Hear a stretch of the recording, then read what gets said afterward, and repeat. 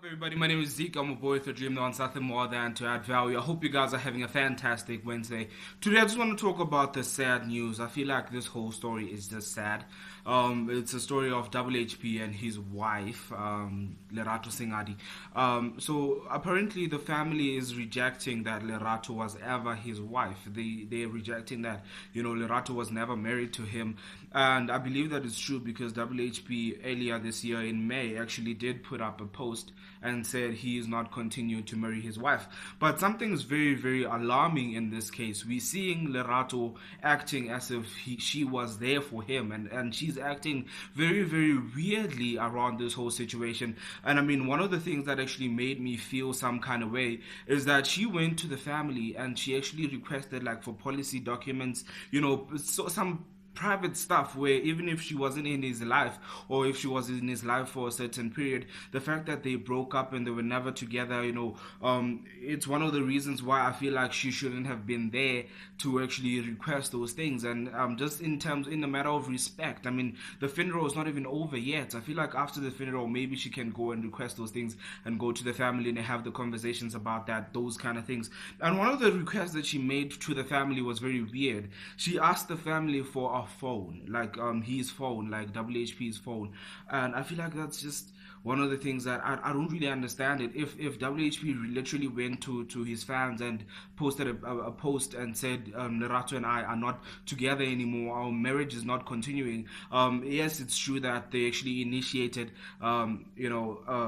I think lobola negotiations. There was an initiation that it would happen, but it never did. They actually did not go through with the lobola negotiations as well. So it just never happened, and they broke up and they were just never married. And the way Lerato is actually talking about this whole situation, it's as if like she has something to gain from it. It's just a lot weird. It just doesn't seem right. I know like the family says they don't really want her in the whole situation, but it's just a lot more weird how she's reacting to it. I mean, I'll show you just what she says during the whole memorial service that happened yesterday, and you guys can have a look at it, and let's just talk about it. Comment in the comment section. Let's just talk about it. Maybe I'm just the only one that sees this whole thing as being weird, but I don't know how you think about it. If you guys think that maybe it's not weird, maybe I'm just thinking things up, but I know a lot of people on Twitter are thinking that it's also weird that Lerato is doing all these things. So it may be possible that the reason why HHP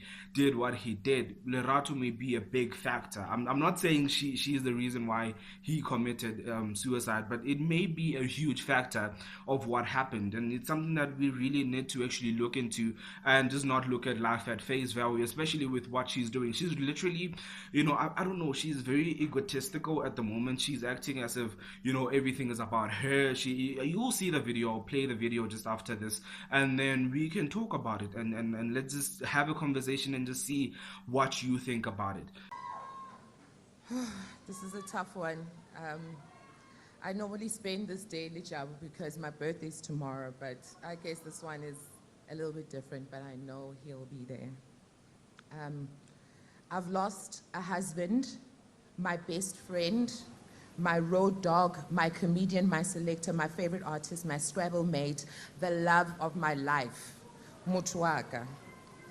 I loved you when you didn't love yourself. I loved you when you thought you didn't deserve to be loved. I loved you when others thought you were unlovable. I loved you when others were scared to love you. I fought for you when I had to be a one-woman army against so many that tried to tarnish your name. I loved you through happiness and pain, highs and lows, darkness and light, fear and pride. I find solace in knowing that even in your very, very last breath, you knew that. You were so easy to love that even when you thought it was difficult, it actually wasn't. You were and will always be one of the kindest, most selfless, and undeniably loving people that God has ever, ever, ever put on this earth. And your gift of healing through your art is it's undeniable. There will never be another. I thank God every single day that He chose me to share a sea of some of the happiest years of your life. People go through their lives searching for their soulmates, and we found each other. I mean, what a blessing. Our love is one written about in novels, sung about in songs, acted out in movies.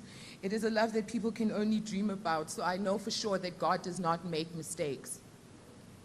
I will be as strong for you now and continue to protect you and your legacy in death like I did when you were alive. You know I am a fighter who will stop at nothing to do what is right for you. There will still be so much said, so much done, but I will take those lashings with the integrity and grace of the warrior queen you chose to share the throne with. I will not cower. They will not break me. I know you wouldn't expect any less of me, because when your worst fear happens, and it has, then fear is no longer a factor. I move with God, a loving family, an army of brothers and sisters, and wena ndlozilam jabulani Tsambo. To those who waited for such occasions to give him flowers, here you go. But to those who celebrated the legend, the icon, the genius, the pioneer, and all-round phenomenal human being while he was alive, thank you so much, so much from the bottom of my heart. To those who were there when many turned a blind eye and stood and fought side by side with me, I am eternally indebted to you. To those who have been pillars of strength and praying for us, I am so grateful. Please don't stop. The road ahead it's about to be wild, and it is long, and we have to stay equipped. Thank you. To the millions of lives he touched, careers he inspired, and most importantly, his beloved ancestors, it is well. Flaba, Zondi, Pro, Jabba, heaven is lit right now.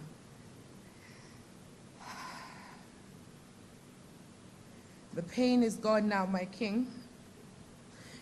Rest, Motwaka. I know you will come and visit me in my dreams often. I know you'll never leave me, you never have. I will see you next lifetime, but for now, aluta continua.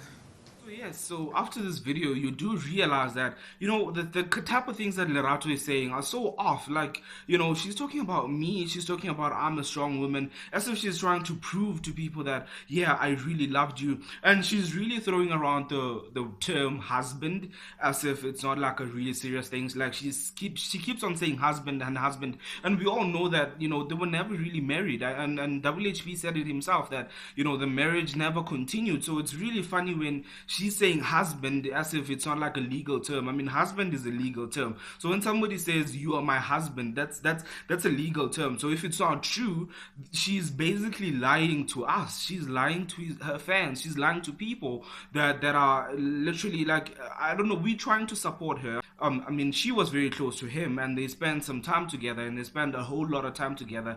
And so obviously we want to support her, and we understand that she may be going through some stuff. I mean, losing anybody close to you is not easy, but the way she's handling it just doesn't seem right. Anyway, I hope you guys are having a fantastic Wednesday. I really appreciate you watching this video. Please comment in the comment section below, and let's talk about this whole situation. To me, it seems very, very odd. I don't really understand what's going on. So get into the comment section. Let's talk about it. Let's have a conversation about it. My name is Ezekiel, I'm a boy with a dream, and I'm out.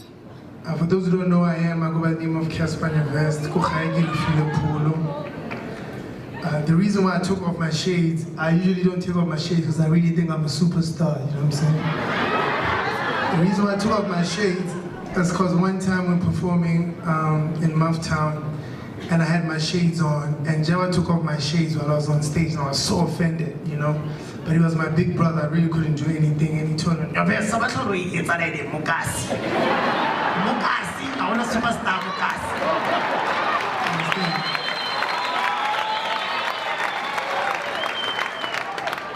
And that moment lived with me, and I always have to remind myself to keep humbling myself and keep on living by some of the things that I learned from Jabba. And now that my shades are off, because I'm sharp, Jamana, who put my sharp.